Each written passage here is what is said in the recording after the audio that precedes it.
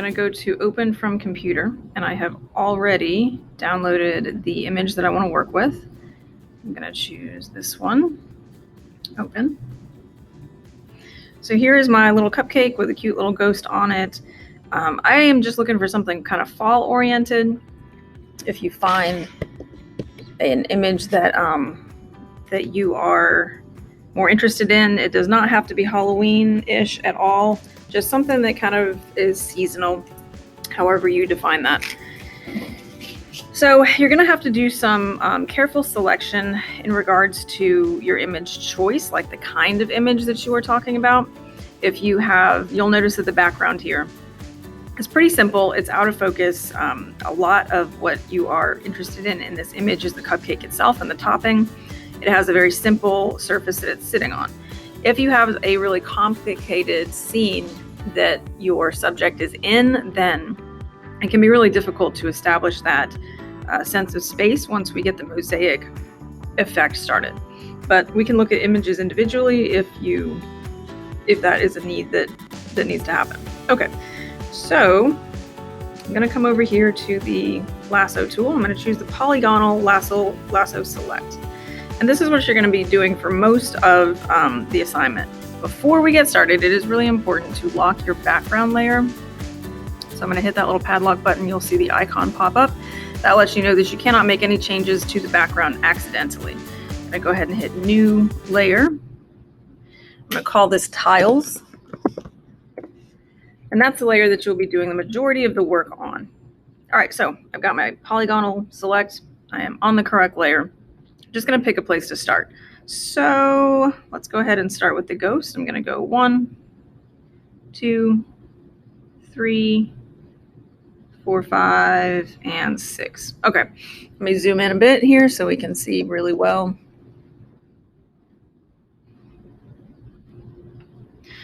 So you cannot create a curve because you're working with the polygon tool, and that's fine because the stained glass effect, the mosaic effect, is really comprised of polygons, angles, etc. So once you have a selection here, you're going to come over here to the eyedropper tool. You're going to pick any area in here as long as it's not some kind of anomaly. If you have like a weird darker spot or a weird brighter spot, obviously don't pick that, but you're going to sample that color. You'll see down here it becomes the active color. You're going to choose your paint bucket tool, click there, and it will fill that polygon with the color that you have sampled. Okay, you can Control deselect. Come over, make sure that your polygon tool is your active tool again. And you're going to leave a space between the area that you have already created and the one that you want to do next. And that is going to be where your grout line is.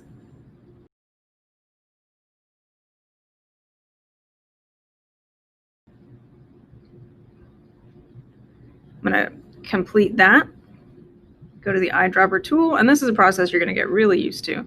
Paint bucket tool, and fill it with that eyedropper color. Okay, so I'll do 1 or 2 more, and then we will kind of test what it's looking like. So again, you're going to leave some space. You're going to allow that area for grout. I'm going to come all the way up to here, and for any area that is a curve, you just create enough corners that it kind of follows that curve.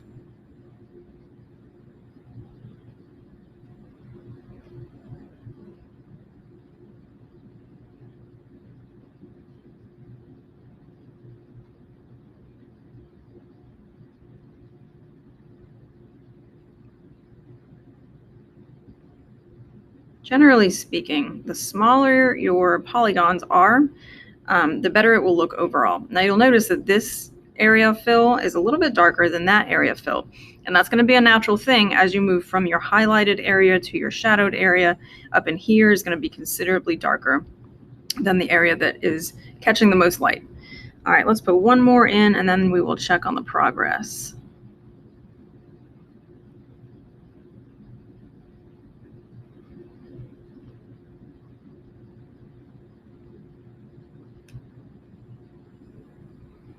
Okay, we're going to turn off the visibility of the background. This is a little difficult to see because of the similar values here, but you can see how those shapes are kind of coming together. Let's just For the purpose of this demo, we will call this solid color. And I'll come over here to my color picker, and I'm just going to choose kind of like a grayish, I guess, maybe a dark gray. I will fill this whole layer.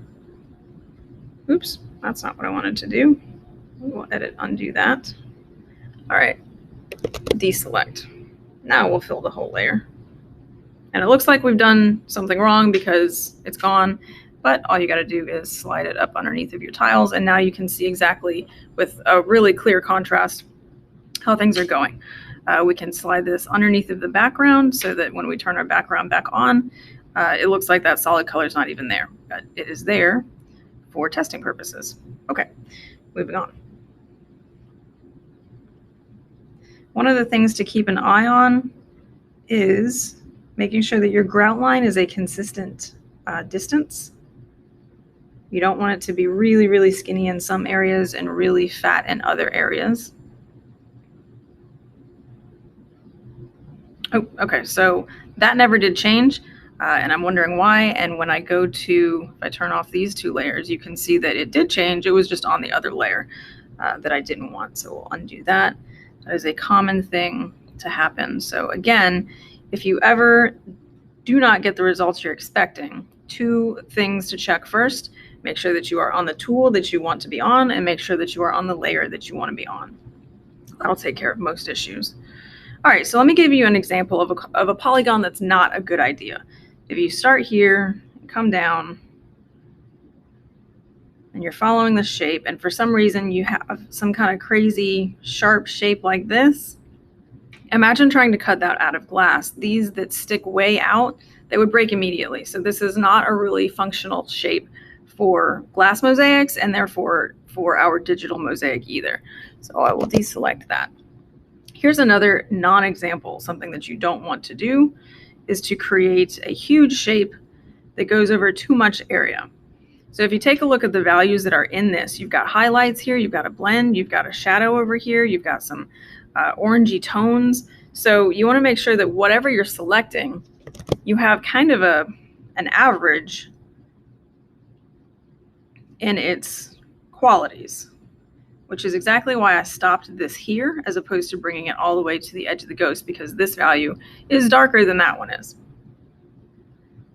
So you have to pay attention to your image and make decisions based on where your polygon should stop. Here we go.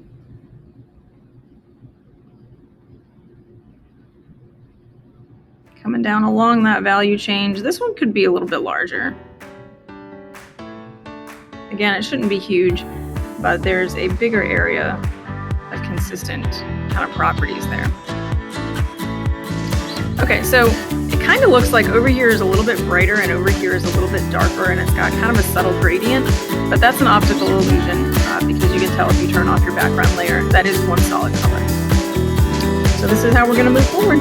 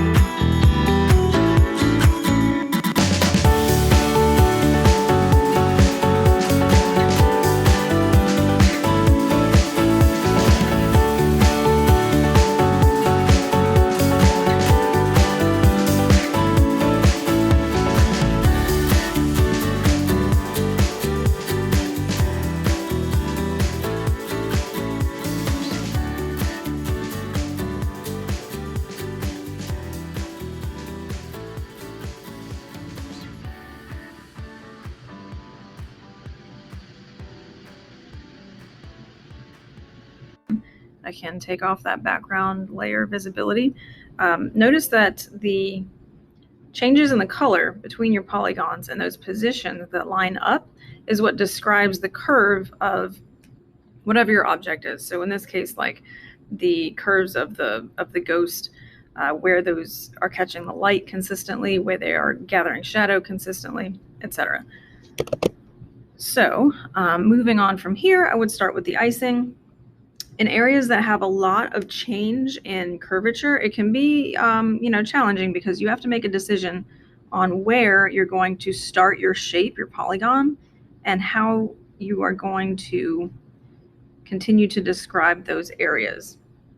So when I go over here to my color picker, what is inside, my eyedrop sampler, what's inside of my area is all pretty much similar in terms of what color it is.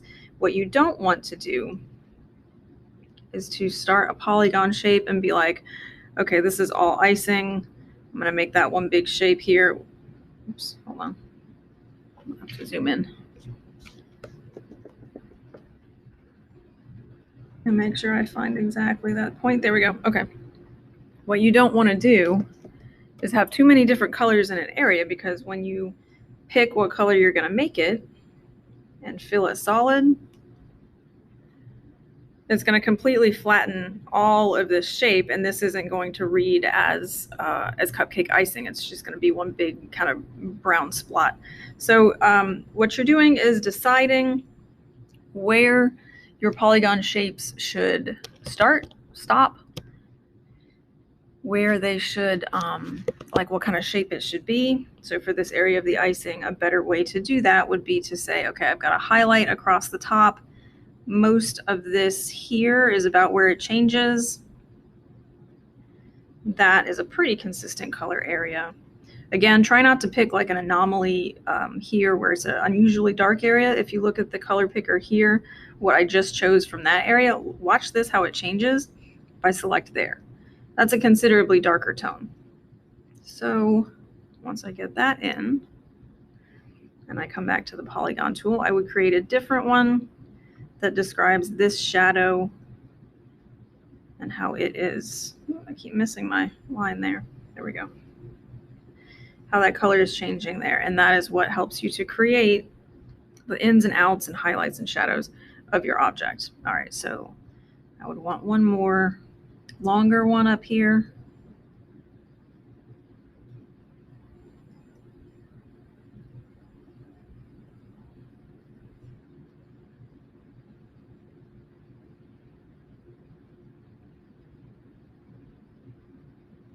And now you can see that there's some change here, and as it continues, it will start to have that more dimensional effect like the ghost does. Okay, so turn the background back on, and now you can see a little bit better how a really complex scenery-based background can be problematic. Let's zoom out here totally.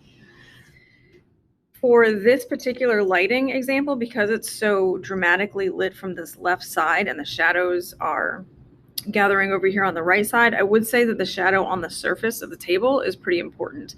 The wood grain, not so much. The split here where the wood changes, probably so. I would definitely recommend adding that in. The color change back here, I would probably add that in. This particular shadow, not important, because the subject of it, whatever's casting that shadow, is not in your frame. So you wouldn't be losing much to get rid of that. So you're going to have to make some decisions that are specific to your image on what is required and, well, not required, what is really important and what is not. If your background is really simple, maybe it adds to the image when you're done and you want to include it. If it's complex, maybe you want to just kind of split it up into like an average.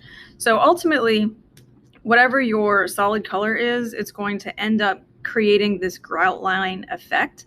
And for that, I recommend either some kind of a neutral brownish tone, some kind of a gray, or a black, depending on how graphic you want your mosaic glass pieces to appear.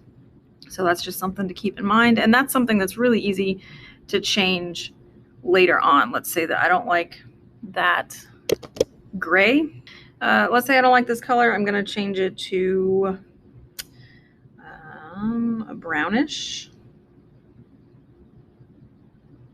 That's nice. That's kind of a light brown. This light tan color grout will affect your mosaic tile pieces instead of the dark gray. So you will create all of your tile pieces for your image if you have important background information like the shadows or anything else that you might want to include, and then you can decide what color your grout line should be, what color your grout solid color layer will be. Experiment with that a little bit and pick what you think works the best. Okay, looking forward to seeing your work, and good luck.